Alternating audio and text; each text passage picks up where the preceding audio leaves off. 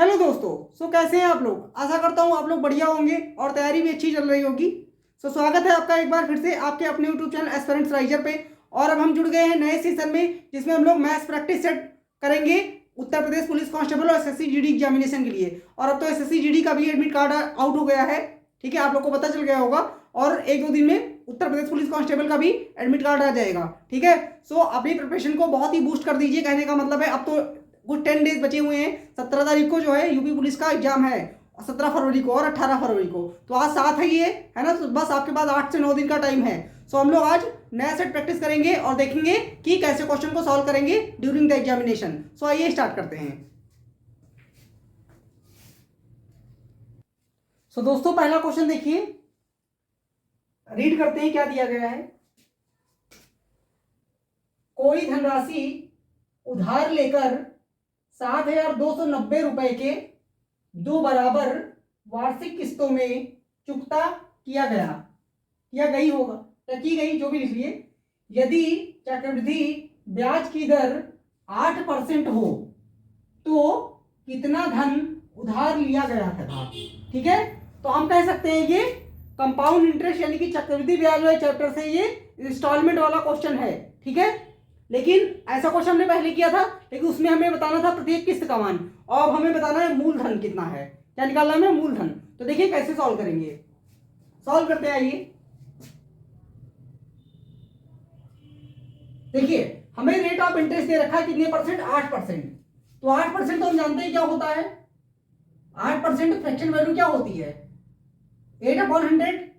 काट दीजिए, 4 से 2 बार में कट जाएगा, 4 से 25 बार में कट जाएगा, तो कह सकते हैं 2/25 हो जाएगा। तो अगर आप देखें तो मान लेते हैं पहले मूलधन कितना था 25, और 2 का ब्याज मिलेगा तो कितना हो जाएगा 27। तो ये क्या हो गया, प्रिंसिपल, और ये कह सकते हैं अमाउंट। या हम ये भी कह सकते हैं कि अगर पहले साल इतना रुपया उधार लिया गया था तो किस्त कितनी हो जाएगी, 27 हो जाएगी। अच्छा, अब 2 बराबर किस्तों में दिया गया तो अगले साल क्या होगा, क्योंकि 2 साल हो गया, 2 साल की बात कर रहा है। तो अब हम जानते हैं इसका क्या होगा, 25 का स्क्वायर, 25 का क्या करेंगे स्क्वायर, यानी 625 हो जाएगा। और यहां ऐसे ही 27 का स्क्वायर करेंगे तो 729 हो जाएगा कि नहीं। लेकिन क्योंकि उसने कहा था दोनों किस्तें बराबर हैं, तो क्या किस्तें आपको बराबर दिखाई दे रही हैं, नहीं दे रही हैं। तो बराबर बना दीजिए, कैसे बनाएंगे, 27 से मल्टीप्लाई करके। तो पूरे में 27 से गुणा कर दीजिए। तो जब आप मल्टीप्लाई करेंगे तो यहाँ पे क्या हो जाएगा, यहाँ तो हो जाएगा 729, लेकिन यहाँ 25 से मल्टीप्लाई होकर क्या आ जाएगा, 25 × 7 175, 17 कैरी करेगा, 25 × 2 50, और 17 जोड़ देंगे कितना हो जाएगा 67, यानी 675। और यहाँ पे ये 625 है तो ये तो यही रह जाएगा। तो अब अगर आप देखें तो इन दोनों को जोड़ते हैं, इन दोनों को जोड़ेंगे तो कितना आएगा, 75 में 25 जोड़ेंगे तो हो जाएगा 700, और 6 और जोड़ लिए तो 13, कितना हो जाएगा 1300। तो आप देखिए अगर कि ये क्या है, ये है, अगर मैं इनको देखूं तो ये क्या है, ये मूलधन है, ये क्या है, मूलधन है। और ये कह सकते हैं प्रत्येक किस्त है, ये क्या है, प्रत्येक किस्त है। तो बराबर किस्त हो गई, क्योंकि 27 से हमने इसको मल्टीप्लाई किया तो 27 × 27 729 हो जाएगा। क्लियर है कि नहीं। तो आप देखिए 27 यूनिट का मान कितना दे रखा है, इस 27 यूनिट का मान दे रखा है 7,290, यही दे रखा है, ठीक है। तो अब आप देखिए ये कितने गुना है, 10 गुना है कह सकते हैं। तो जब ये 10 गुना है तो आप इसको भी 10 गुना कर दीजिए, यानी 10 से मल्टीप्लाई कर दीजिए। तो 1300 और 10 से मल्टीप्लाई हो तो 1 जीरो और आ जाएगा, यानी कि 13,000 रुपए उधार लिए गए थे। कितना, 13,000 रुपए। तो इस क्वेश्चन का राइट आंसर हो गया 13,000 रुपए। सॉल्यूशन देख लीजिए, option number D is the right answer. देख लीजिए सॉल्यूशन एक बार।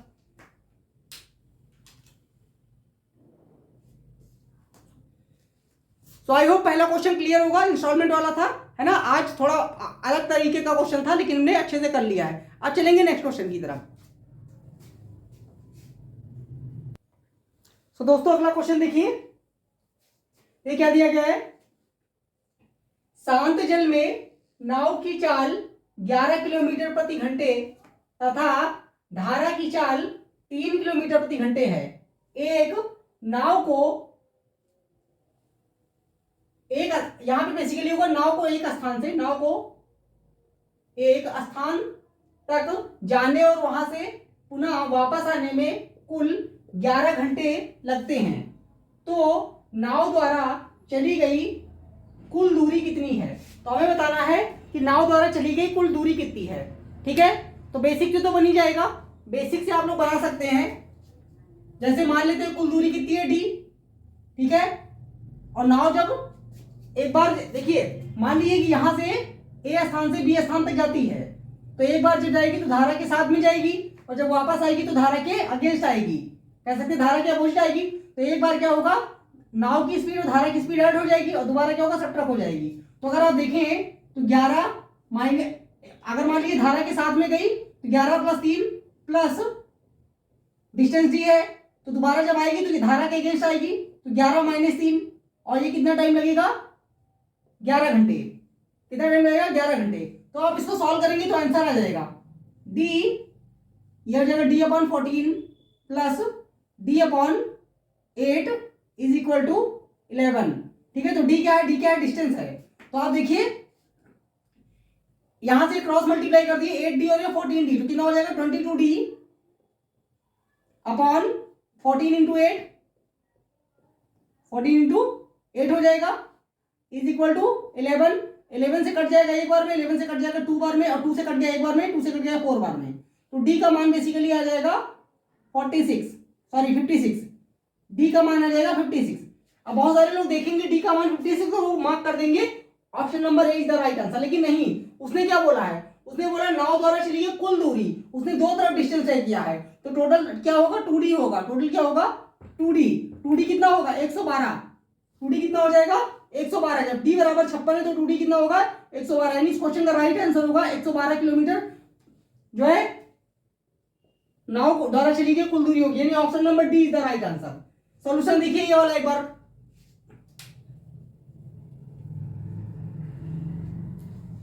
क्लियर है। तो ये हो गया बेसिक मेथड। अब मैं बताता हूं रेशियो से कैसे बनाएंगे इसको, ये रेशियो से भी बन जाएगा। कैसे, देखिए अगर आप देखें तो पहले केस में उसकी स्पीड क्या है, 14 किलोमीटर/आवर। पहले केस में उसकी स्पीड क्या है, 14 किलोमीटर/आवर, और दूसरे केस में क्या होगी, जब वो धारा के अगेंस्ट आएगी तो 8 किलोमीटर प्रति घंटे।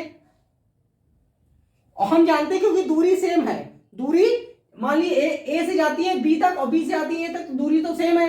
जब दूरी सेम होती है तो जो स्पीड का रेशियो होता है वो टाइम के रेशियो का कह सकते हैं उल्टा होता है, या टाइम का रेशियो स्पीड का उल्टा होता है। तो यानी कि टाइम का रेशियो क्या आएगा, आप इसको अगर देखिए टाइम आ जाएगा 8:14, 8:14। 2 से काट दीजिए इसको, 2 से कट गया 4 बार में, 2 से कट गया ये 7 बार में। तो अब आप देखिए टोटल कितना टाइम लग रहा है, टोटल देखिए टाइम 11 यूनिट लग रहा है। कितना टाइम लग रहा है, 11 यूनिट, और उसने बताया भी था 11 घंटे लगेंगे। तो हम कह सकते हैं कि पहले केस में कितना टाइम लगेगा उसको, एक कम, अगर 11 = 11 तो 1 बराबर क्या हो जाएगा, 1, यानी पहले केस में उसको लगेगा 8 घंटे। 8 घंटे लगेगा कि नहीं। तो आप देखें डिस्टेंस क्या होता है, डिस्टेंस होता है स्पीड इंटू टाइम, यानी कि 14 इंटू व्हाट, 14 इंटू, अच्छा सॉरी यहाँ पे 4 को 1 से मल्टीप्लाई 4 आएगा, ठीक ठीक ठीक, 14 इंटू 4 हो जाएगा तो कितना हो जाएगा, 56। तो यहां से भी डी का मान आ जाएगा 56, और हमसे पूछा कुल दूरी तो इसका डबल कर देंगे तो आ जाएगा 112 मीटर, 12 किलोमीटर। तो देख लीजिए सॉल्यूशन एक बार।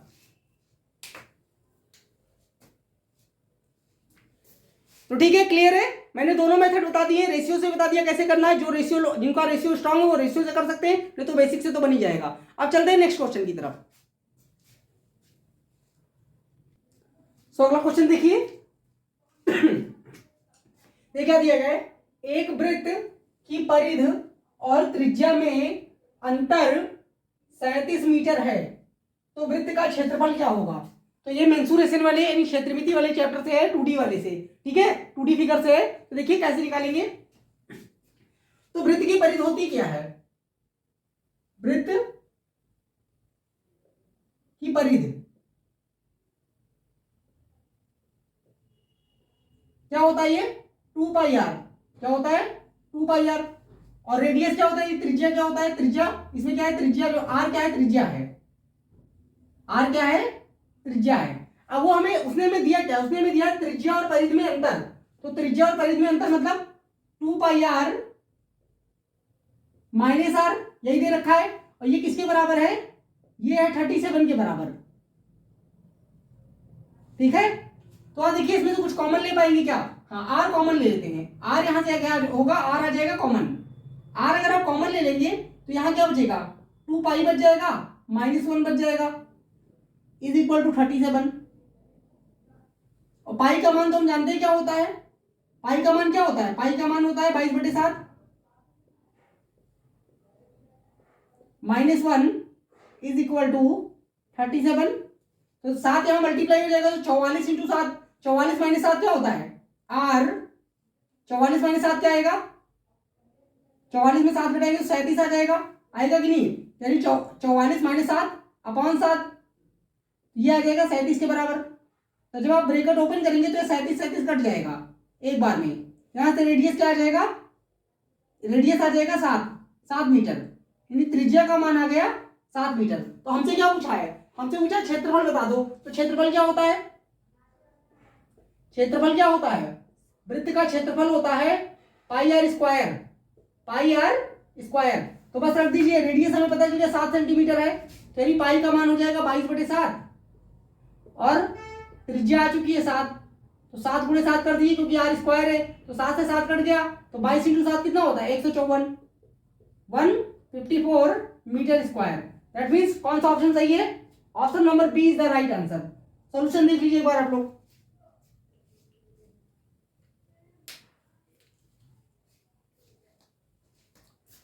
सो आई होप क्लियर होगा, समझ में आया होगा आपको, समझ में आ रहा है तो आप लोग कमेंट कर सकते हैं कि सर समझ में आ रहा है अच्छे से। तो अब चलते हैं नेक्स्ट क्वेश्चन की तरफ।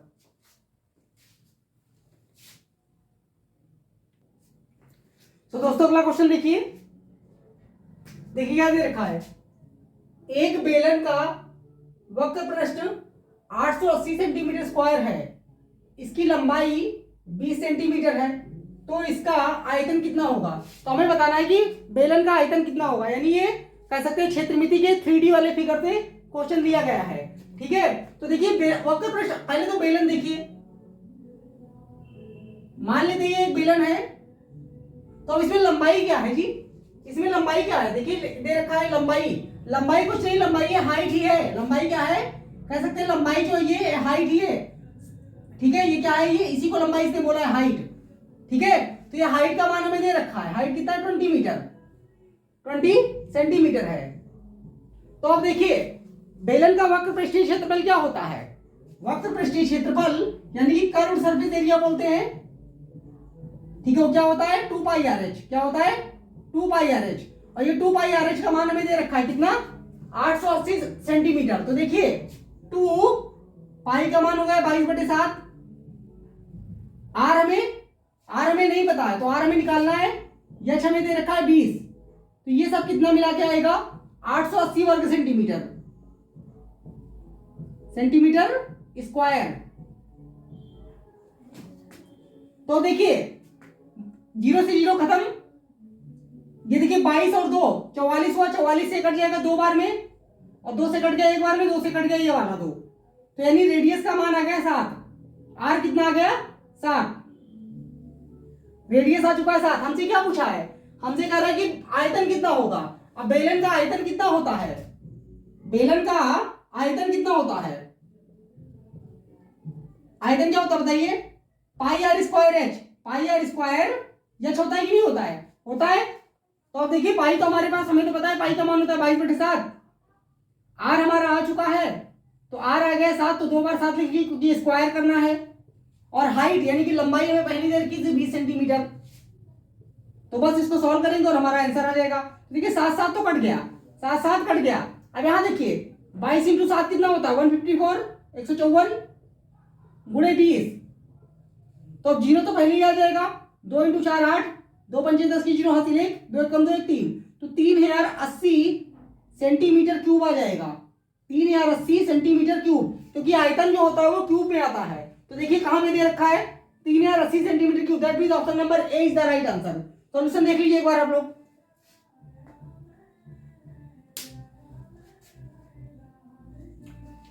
सो आई होप क्लियर हो रहा होगा। अब चलेंगे नेक्स्ट क्वेश्चन की तरफ। एक व्यापारी अपने माल पर 50% अधिक अंकित करता है, इस मूल्य पर वह अपने स्टॉक का 1/3 बेचता है, ठीक है। बचे हुए स्टॉक का आधा वह 10% की छूट पर बेचता है, तथा बाकी बचा हुआ माल वह 12.5%, 12.5% छूट पर बेच देता है। व्यापारी का कुल लाभ या हानि प्रतिशत क्या है, लगभग में बताना है, लगभग में दिया है। ठीक है, सो देखते हैं इसको कैसे सॉल्व करेंगे। देखिए हमें क्या क्या करना है। हमें पहले दिया है कि वो 1/3 करेगा यानी अपने माल का, फिर क्या करेगा, फिर बचे हुए का आधा करेगा, 1/2 करेगा, फिर क्या करेगा, यानी फिर से आधा ही बचेगा। तो हम कह सकते हैं 3 और 2 यानी कि हमें कुल 12 का कुछ 3 दूनी 6 दूनी 12 यानी 12 के मल्टीपल में हमें कुछ वस्तुएं मान लेनी चाहिए। तो हम मान लेते हैं कि वस्तुएं कितनी है उसके पास, 120 मान लेते हैं। टोटल वस्तुएं कितनी है,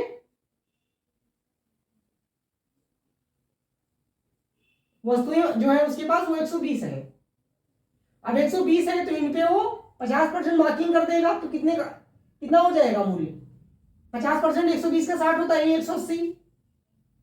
ये उसका हो गया टोटल, कह सकते हैं कि कुल कॉस्ट प्राइस हो गया, सीपी हो गया। ये सीपी नहीं कहेंगे, इसने मार्क किया है यानी कि अब इसी पे वो सेल करेगा। ठीक है, इतना उसने मार्किंग कर दी है। ठीक, अब 120 वस्तुएं हैं, मान लेते हैं एक वस्तु कितने की बिक रही है, 1 रुपए की है एक वस्तु, और 120 वस्तुएं हमने मान लिए और उसने मार्किंग कर दी 50% से बढ़ा करके।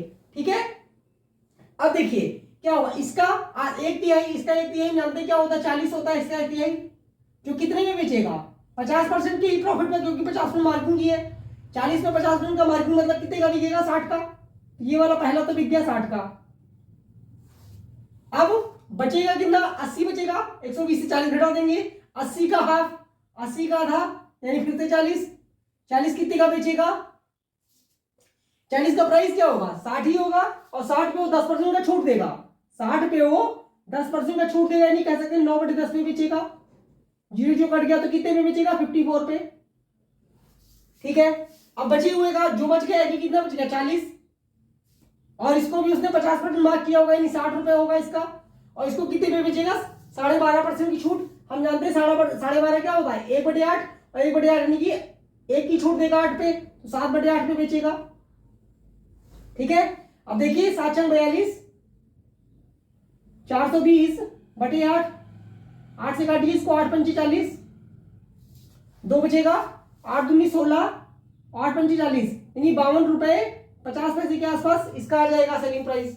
ठीक है, सो आप देख लीजिए उसने कितने का बेचा है, 60 का यहां बेचा, 54 का यहां बेचा, और 52.5 का यहां बेचा, तो कितने का बेचा कुल, 60 में 50 जोड़ेंगे तो 110, 110 में 50 जोड़ेंगे तो कितना आएगा, 160, और 4 यहां पे 2 यहां पे 6, तो 166 हो गया, और 0.5 यानी 166.5 रुपए का वो बेच रहा है, और उसने कुल कितने का खरीदा था, आप देख लीजिए 120 का। हमने कहा था एक वस्तु 1 रुपए की है, तो कितने का प्रॉफिट होगा, यानी हम कह सकते हैं दोनों का डिफरेंस कितना है, 40.5 अपॉन कॉस्ट प्राइस नीचे आएगा इंटू 100। इसको हम सॉल्व करेंगे तो हमारा आंसर आ जाएगा। 0 0 कट गए, और एक पॉइंट से यहाँ 1 0 लगेगा, तो 1 0 से ये भी कट गया, तो अब बस डिवाइड करना है। 12 से 3 बार में कट गया, 12 3 36। ठीक है, 4 बचेगा तो कितना हो जाएगा, 45 हो जाएगा, और 12 × 48 यानी कि कुछ 34% के आसपास आएगा प्रॉफिट होगा, और वो भी 34% के आसपास। ठीक है, तो इस ऑप्शन में कोई ऑप्शन मैच नहीं कर रहा है। ठीक है, तो मैं एक पांचवा ऑप्शन कर देता हूं यहाँ पे, तो 34% प्रॉफिट होगा इस क्वेश्चन में। देख लीजिए सॉल्यूशन।